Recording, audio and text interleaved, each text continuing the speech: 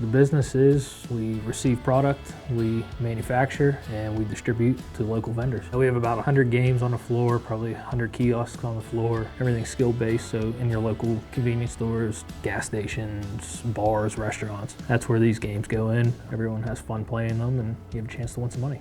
We get trucks in usually twice a week, and we have stuff going out every day, whether it's 2 or 3 vendors or 10 vendors a day. The old building we were in, we could maybe fit 30 games max. This one, we have the property here. I mean, we could put 1,000 games here. The building has definitely helped us expand. So we looked up Olympia on Google, looked up a bunch of steel records, made some phone calls. Olympia came across our screen, and they were created to provide us with what we needed to make our building feel like our home building.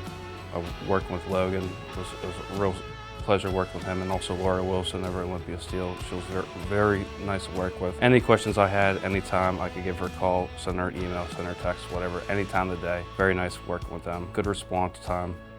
So the building got here on the tractor trailer. It was probably here for maybe about a month before Logan could get started on it. November, December, January, was pretty much all the steel, and then I also had all my steel inspections that I had to get done. Started up with all the steel I-beams. Believe it or not, he got that set up in one day. And next was all the purlins, and then all the siding. Not any rain leaks whatsoever. Siding was real strong, sturdy. So was the roof. I mean, the box gutters are good 10 inches thick.